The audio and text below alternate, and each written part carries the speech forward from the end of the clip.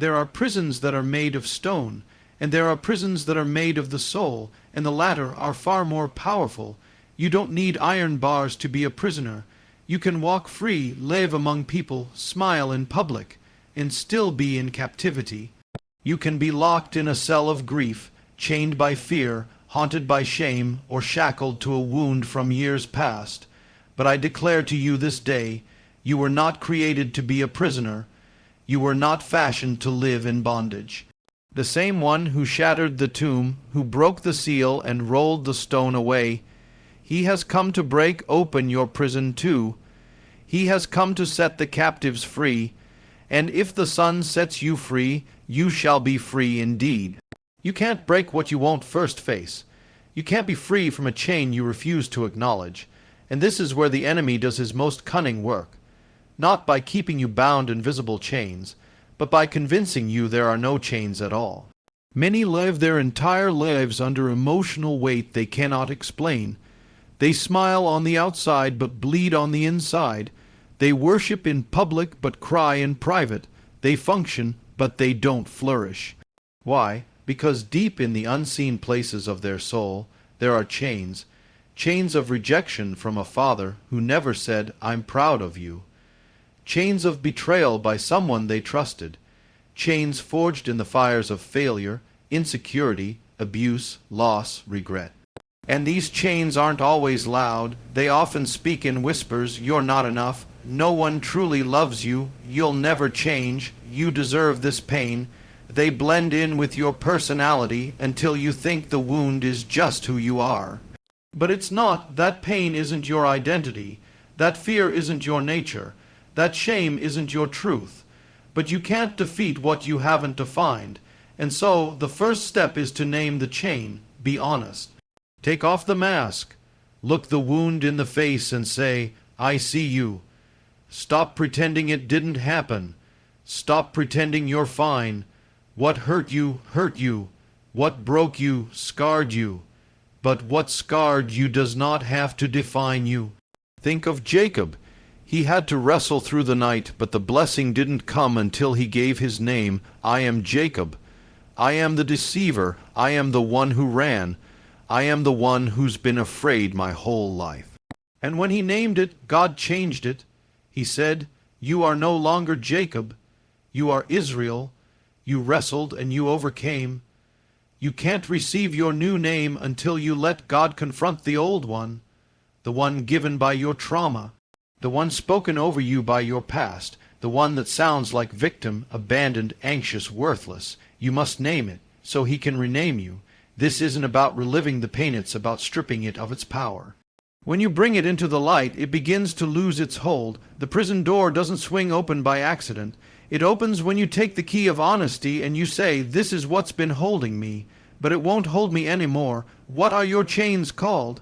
Fear, depression, unforgiveness, addiction, loneliness, rage, perfectionism. Identify them, write them down, speak them out, then surrender them to the one who has power to break them, because you can't walk in freedom until you've named the bondage.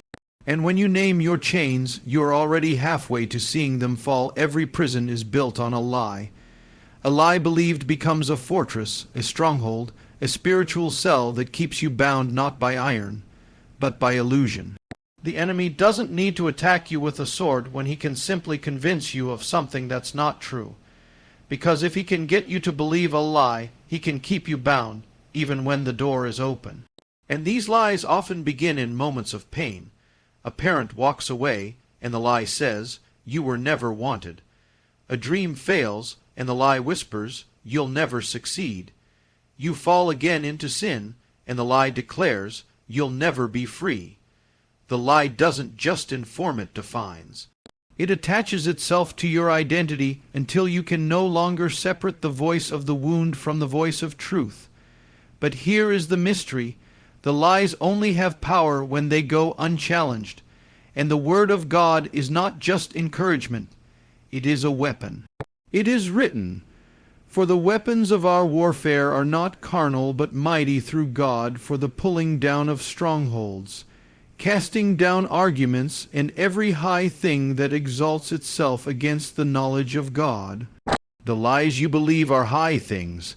They exalt themselves above the truth of God's word, and they must be torn down. You must ask yourself, what lie have I accepted as truth? What voice am I obeying? The one that says you're unworthy, or the one who calls you beloved? The one that says you're damaged goods, or the one who says you are a new creation?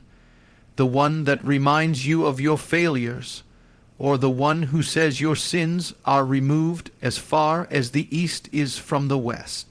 When the enemy tempted Yeshua in the wilderness, he twisted Scripture.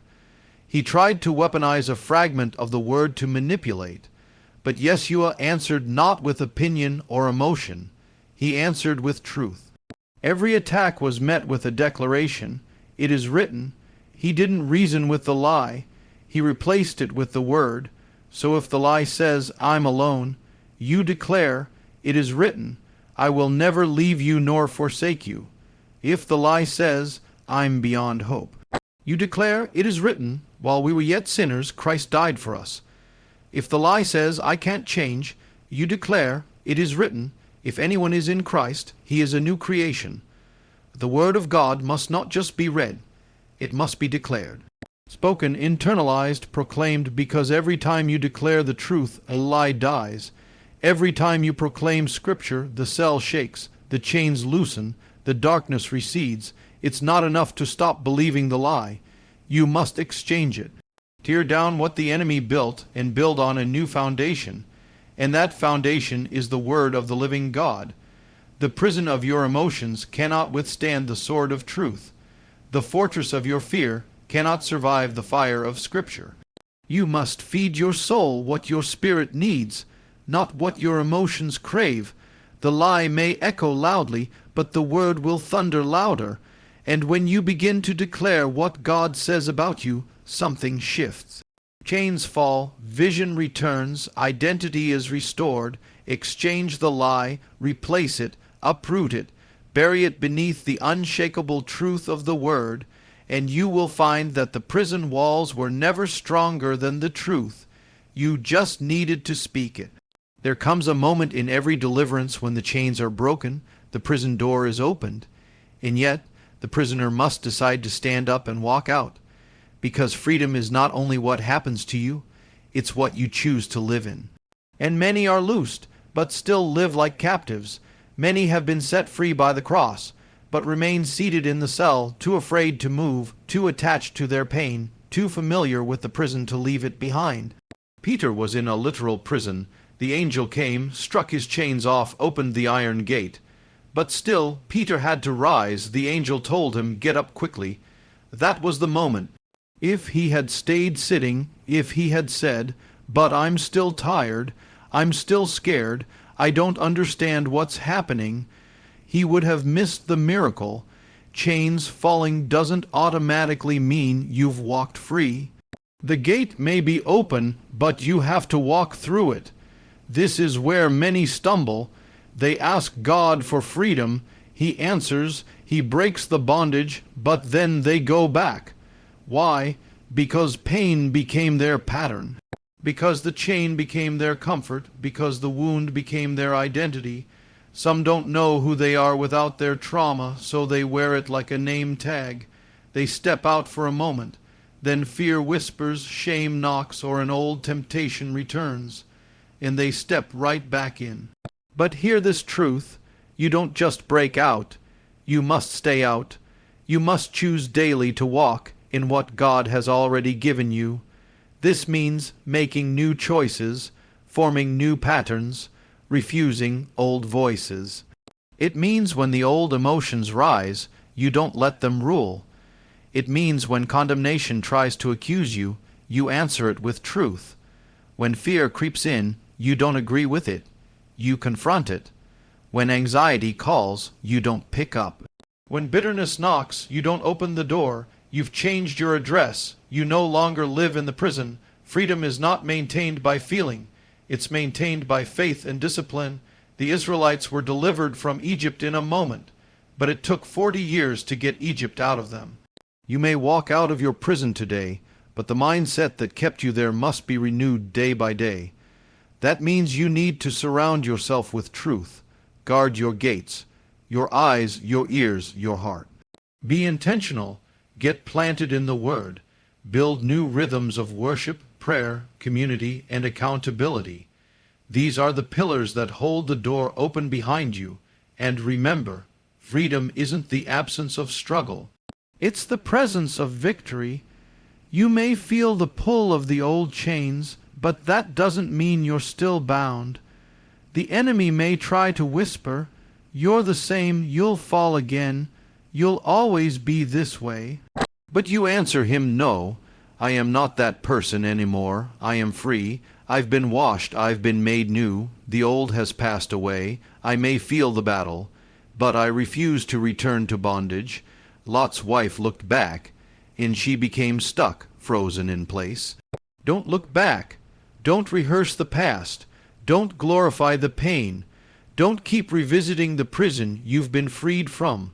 The Lord says, "Come out from among them and be separate." That's not just a call to holiness. It's a call to identity. You are no longer a slave.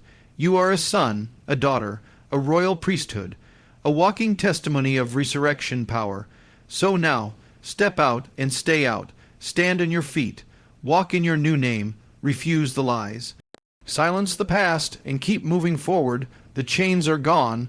The door is open. Don't visit the grave that Jesus already emptied. Don't return to the prison he already unlocked. Your freedom is not just a moment. It's your new lifestyle.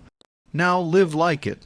So I speak now to every soul that feels chained. Your past may explain you, but it does not define you.